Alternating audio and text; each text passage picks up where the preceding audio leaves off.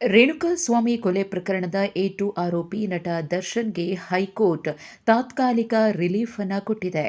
S, ಕೊಲೆ ಪ್ರಕರಣದಲ್ಲಿ ಬಳ್ಳಾರಿ ಜೈಲು ಪಾಲಾಗಿದ್ದ ನಟ ದರ್ಶನ್ಗೆ ಬೆನ್ನು ನೋವಿನ ಕಾರಣ ಹೈಕೋರ್ಟ್ 6 ವಾರಗಳ ಕಾಲ ಅಂದರೆ 45 ದಿನಗಳ ಮಧ್ಯಂತರ ಜಾಮೀನನ್ನು ಮಂಜೂರು ಮಾಡಿತ್ತು.